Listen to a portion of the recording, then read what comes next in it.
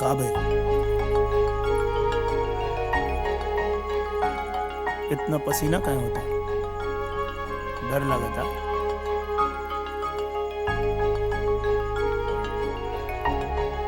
पंखा ठीक से नहीं चला? अरे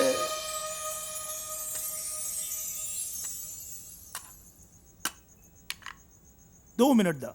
आइडिया।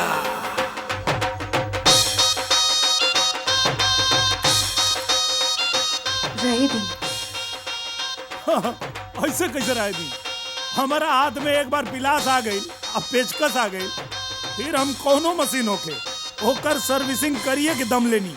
2 मिनट दा, अभी ठीक कर देता नहीं।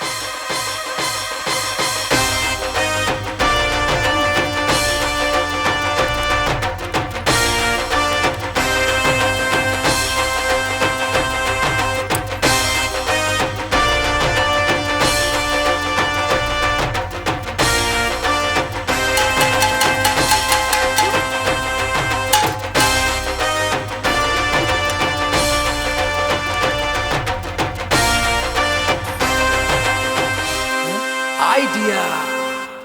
खोल तो देने, लेकिन सार जुड़ी कैसे?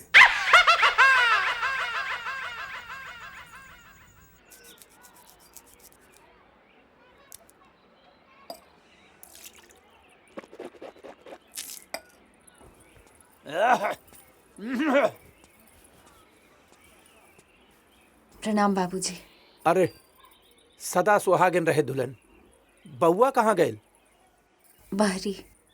देखा दुल्हन, साहेब अब तहार पति हा, आगे ओकरा के कैसे सहेज के रखे का बा अब तहरा हाथ में बा। अब हम तोहरा के बस इतना सलाह देब कि अगर अपना जिंदगी के खुशहाल बनावल चाहता रू तो ओकरा के रिंच पेचकस से जितना हो सके दूर रखिए। बुझलू दुल्हन?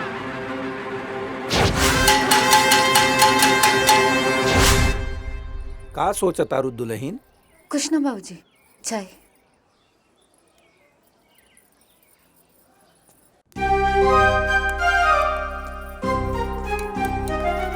ई का होता?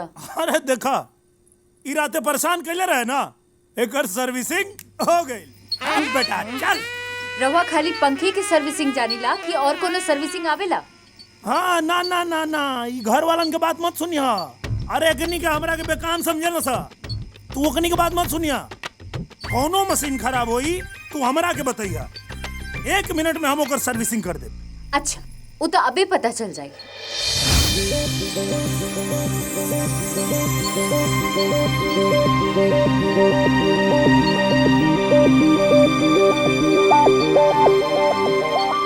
जौन मशीन के सर्विसिंग के हम बात करत तानी, उमे ई पेचकस के कौनो काम नहीं खे। चली।